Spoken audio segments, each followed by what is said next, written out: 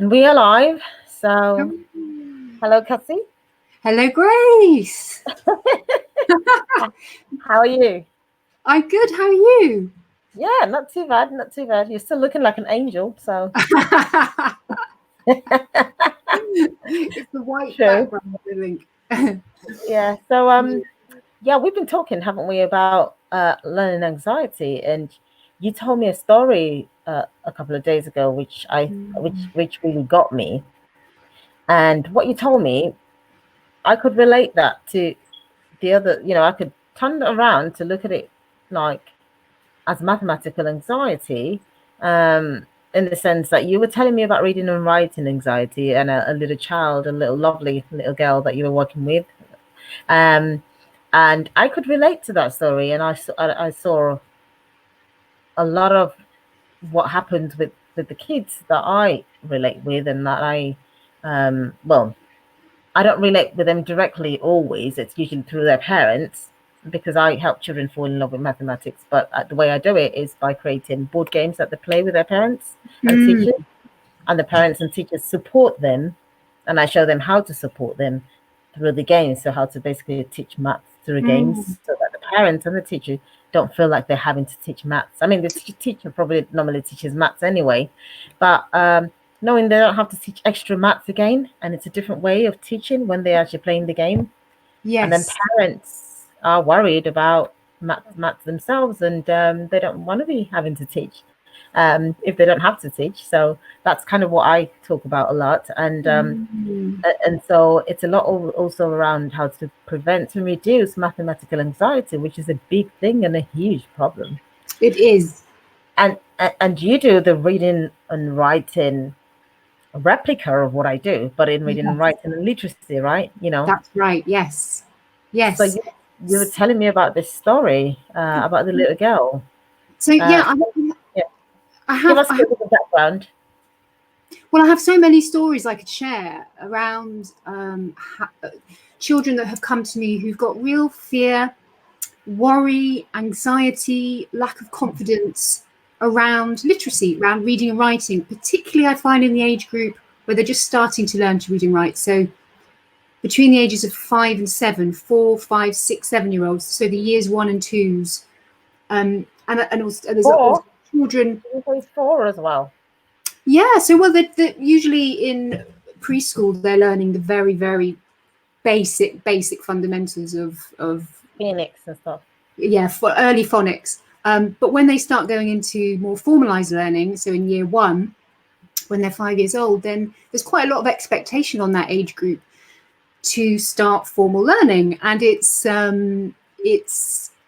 yeah, it's intense. And so I've had quite a few children come to me who 5, 6-year-olds who are really worried and scared. And I had this one little girl. This was I think when this was about 2 years ago now, and she actually, when I took out the paper and pencils where we were going to start doing some very gentle writing practice, she actually dived under the table and hid under the table and didn't want to come out.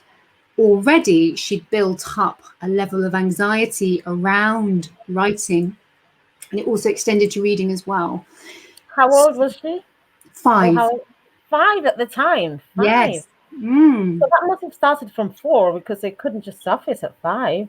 You know what I mean? Unless she was in the later stages of 5, You, then because these yeah. things take it takes a few months, would you say, to build up anxiety? I think generally I would say, yeah, it takes a little bit of time, but it can happen very quickly, because all it takes is one negative experience or one experience where a child feels worried to associate that thing, and in this case it was literacy, with some sort of level of fear and anxiety. So it doesn't take very long for that Yeah. sort of anxiety to set in.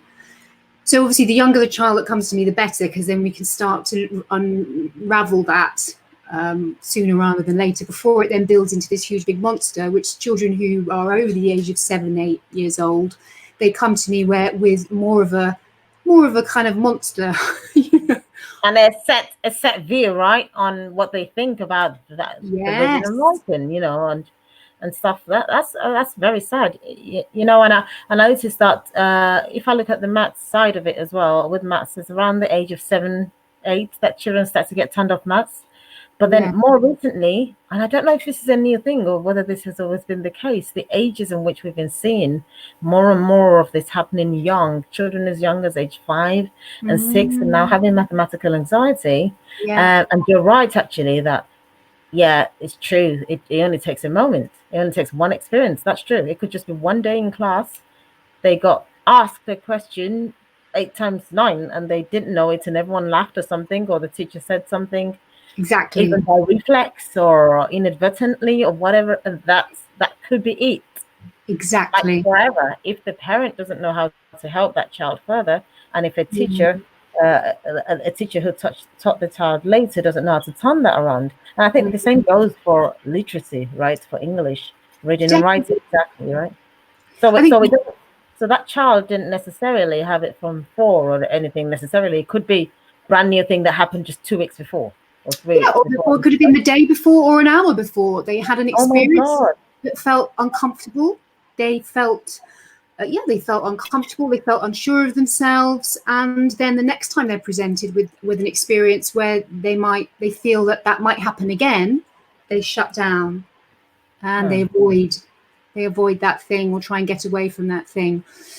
So yeah, it can happen at any age, and it can happen as that's quite dangerous, isn't it? If a child then starts avoiding that thing being, I mean, we're generally talking about learning anxiety, isn't it? But we know that the 2 main things that the children have anxiety with during their learning is maths and English. Exactly. You know, and within English, it's reading and writing. It's interesting, isn't it? Reading and writing, and maths, and those are the 3 R's. Yes. Arithmetic, reading and writing. Yeah. So just imagine a child having even one anxiety, one of them, it's a problem. It's a big problem, and then it starts to grow, as you said, into the big, huge monster, and becomes harder and harder to try to. I mean, it's we can turn this around any age, right? But the younger, the better. Which is why I always catch them young. Yes. Is that what's your philosophy is about that as well?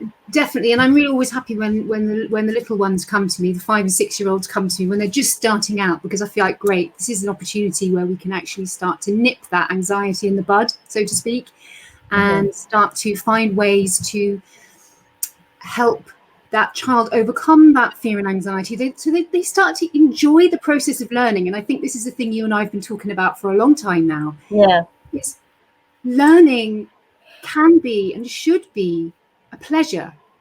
Learning can and should be fun, because that's the best way that children learn. It's the best way that any of us learn anything, because I think as soon as learning becomes a chore, when it becomes overly serious and difficult, then motivation and interest dries up in a nanosecond, and then that's it. You're done. Exactly, gone. Then the attention and the focus has evaporated, and it can happen so quickly. So, and obviously the more playful, engaging, and fun things, the better. Yeah. But what I found is that parents then don't even know how to do this playful stuff. Like we just say playful, and we've been saying this for a while. And apart from something like a specific kind of thing, like a game, like I created the Race to Infinity game for this purpose, but I also see that I also need to teach parents more playful ways to practice maths, because the game covers basic maths, basic fundamental maths, like basically what they need: tables, addition, subtraction, multiplication, division, and has other things in it like decision making skills. Race to Infinity covers analytical thinking skills, spatial skills, and all that. But you do playful ways, which are even not physical board games particularly, but they are like ideas and tips and ways for parents to become playful with their children's learning. Is that correct? So yeah, exactly that. And is that when they're teaching their child? So I love the concept of teaching without teaching. So if you can find ways to sort of sneak in teaching without, I think the minute the minute your child thinks, the minute a child thinks that their parent is trying to teach them something, most children 9 times out of 10 will not be interested, because the parent has then taken on a different role. They've taken on a teacher role, and for some reason children just they have a complete reaction to that. So I think for parents it's much more helpful if you can do something which I like to call embedded learning. So you're helping your child learn about a particular thing through everyday tasks and activities. So whether it's maths or whether it's English, and with me, obviously English is where I specialize. So it might be playing I Spy in the car, or if it's a sunny day, you might hide some words and letters in the garden, and then you're going on a treasure hunt. So you're finding ways to teach where the child is completely unaware that that's actually what you're doing. Yeah. It's just a playful activity for them, and they're much more likely to engage with that. So yeah, I've developed some literacy games and activities along the way that I use in my tutoring sessions. But then I've also got another set of ideas that I can share with parents as well, on how they can best engage their kids, which hopefully we'll be sharing over the next week when we do these lives. Yep. Yeah. We'll be doing this live to just get parents and ourselves into this sort of mode of concentrating on learning and on making people aware about learning anxiety, whether it's maths anxiety, whether it's English, which is then reading and writing, and then looking for sort of playful ways around it to make it more fun, like actionable ways that they can actually do things and do that supportive teaching. But I still think that it's worth making it clear that when we say teaching, then parents wouldn't even, they don't want to teach anyway. Most parents don't want to teach, but most parents don't know how to teach, by the way. They're not teachers, they're parents. I'm a parent myself, and I can teach, but I'm not a teacher. I'm actually heavily involved in the education industry. I'm chair of governors in a school, but even then I'm not a teacher. Yeah. But I can teach, and I have tutored as well before in the past. Yes. So, and it's the same with you, because you've also worked in schools quite a bit. You've been you're a current tutor, but you also do a lot of things around play and how to sort of get parents to understand how to support. I think the word would be then support the child's learning through play.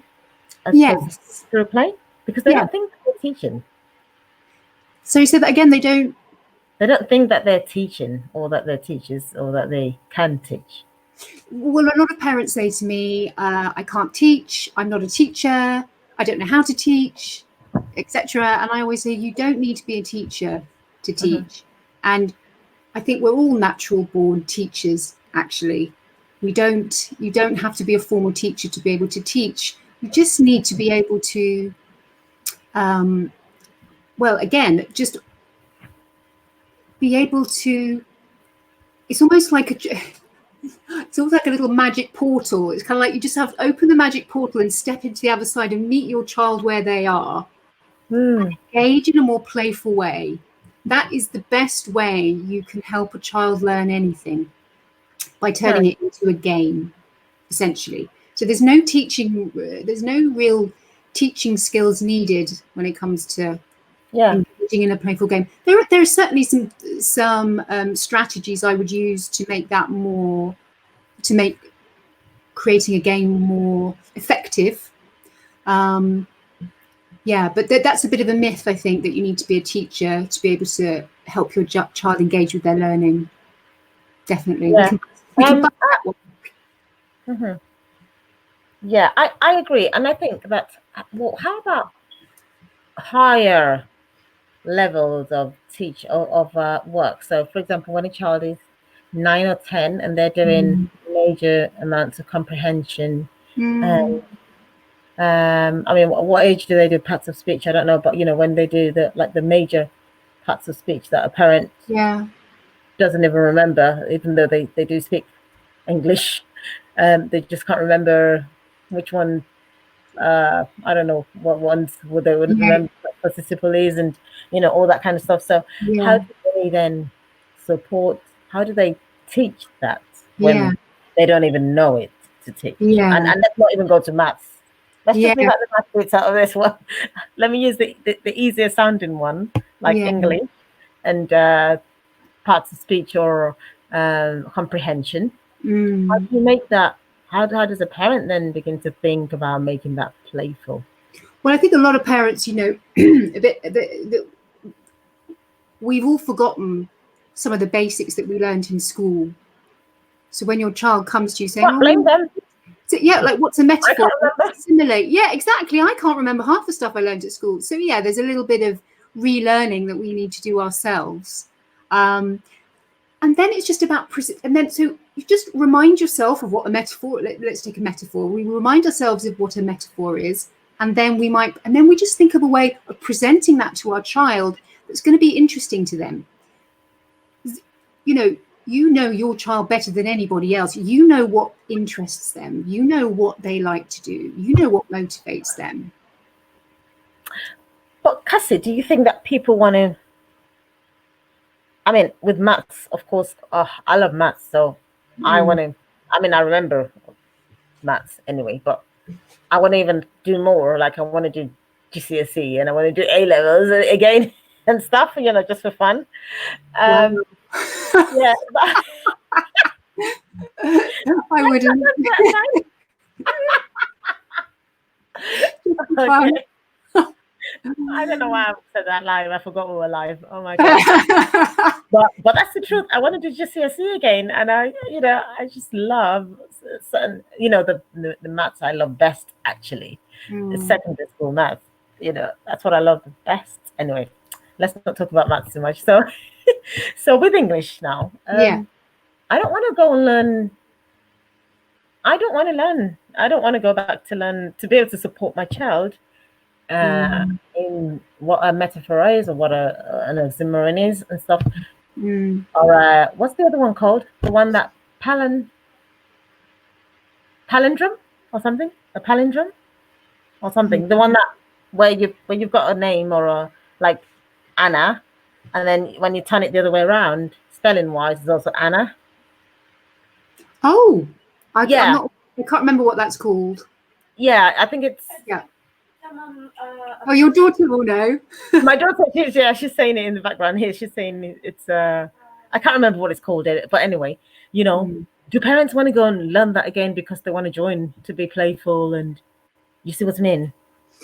Well, I think if it's your child's education, if your child is falling behind and is having real struggles and is having meltdowns around schoolwork and homework, then I think most parents are willing to at least try palindrome. Palindrome. Palindrome. Palindrome. Okay. Palindrome, yeah. Palindrome. And is that secondary school stuff, Anna, is it? Anna? Is that secondary school stuff? No, I learned it in primary. Okay. Towards the end of primary school, she learned it. Oh, okay. But, I don't think it's part of the curriculum stuff. I think it's just extra fun, stuff. But anyway, good thing that we only support younger children. I don't want to support any child in any kind of reading and writing. Not that I don't like reading and writing, but it's not my fault. It's to start teaching anyone reading and writing. But I would love to teach maths and yours is the younger age children reading and writing. But he then had an older child who needed to learn something like that, for example, or even other, like one I can think about is comprehension, like proper. And while I can do it, I don't want to do it though.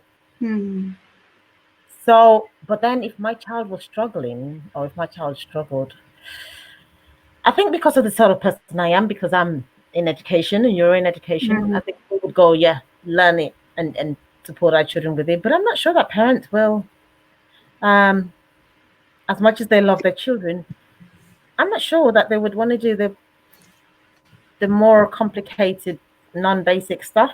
Because with maths, they certainly don't want to. I'm literally looking at my maths experience and trying to turn that to English, your side, and saying, would they want to because they can't even. In some cases, they have. I know some people who even had problems with reading and writing when they were younger. Therefore, they have bad experiences from it. The same way that other people have bad experiences from maths and just Absolutely. can't. Oh yeah. If they wanted to. So how would you help that sort of person? It can become a lifelong fear. And I know a lot of adults who've experienced dyslexia have had who've been dyslexic, who are dyslexic throughout their schooling, have had awful experiences, and then as adults at my age in their 30s or 40s still really struggle when it comes to reading and writing because of the fear that surrounds it. They might have actually improved in their reading and writing skills. There might not even be the same issues that they had as a child, because they've had help and support with it, but the fear surrounding it still it obscures and blocks their ability to read and write. So I can't remember where we're going with this. You asked me a question. No, I was just wondering, like, how would people want to then support how would they turn it into playful stuff? If it's for older children, I know that you support younger children, and same here, but I wondered, it was just a side thought, that how would they then turn it to playful? Well, I think this is where perhaps you and I come in discussing ways in which we can support parents to help to teach their children so that they're not having those upsets and those meltdowns. So I can think of lots of things. I mean, one of the things I always start with is I say to parents, try to make whatever it is you're presenting to your child multi-sensory. So your touch, taste, smell, using your visuals. So we go from very concrete, hands-on examples of whatever it is we're presenting before we go to more abstract things. So a lot of academic learning in school that involves sitting at a desk is very abstract. So you're looking at a book. You're looking at pages with flat writing and descriptions and images. And for children, that's not the best way. It's part of the way, but it's not the whole way. And that's right. Yeah, but I think I think we can talk about this more in a week, because we're on another day, maybe. Hey, on another day. Yeah. It would be lovely. Okay, so we can do a series of videos on this and just talk openly about how parents can start thinking of ways to help their children reduce anxiety, can't we? Yeah, absolutely. And specifically to do with math, specifically to do with English, reading and writing. Yeah. That's fab. Great. Okay. Yay, great, lovely. So I'll see you next time then. I'll see you next time. We'll see you. We'll figure out a day. Next day or two, we'll do another live. Yep. Okay. Thanks, Grace. Bye, everyone. See you next time. See you soon. Later this week. Yeah. Bye. Bye.